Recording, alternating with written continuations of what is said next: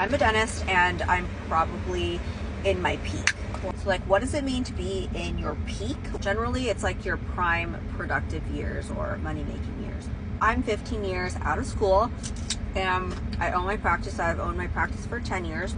I'd also say that being in your peak is not defined necessarily by how much money you make or how much money you can make. It's also defined by like your comfort level in what you do.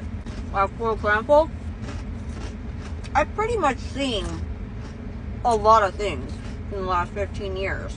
Not a fresh chicken.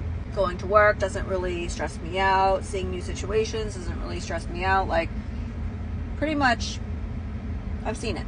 So obviously everyone has a different definition of being in their peak, and also everyone hits their peak at a different time as well.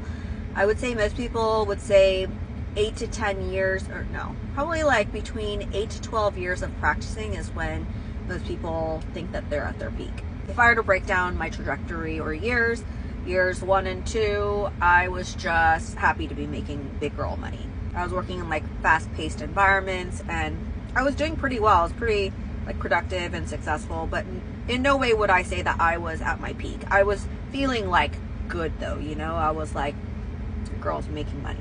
Then around year 2, I felt like really burnt out. I was working a lot and I realized the energy that I had in the beginning is just not sustainable. And there's no amount of money that I make that would make that worth it. Between like years 3 to 5, I was trying to figure out what I actually want to get out of dentistry. Like what fulfills me, like what type of dentistry do I really want to do? Or rather, how can I create a life doing dentistry that is sustainable in the long term that I like feel excited about? During that time, I also became a practice owner because I realized I just don't like working for other people. I don't like being told what to do. I want to be doing it at a different standard. And so I was like, the only way I could do that is if I work for myself. I was a fairly productive associate, but when I became a practice owner, I felt like I almost went back down to zero, ground zero, like starting all over. Patients didn't necessarily want to see me because I took over like an older man's practice and they wanted to see him.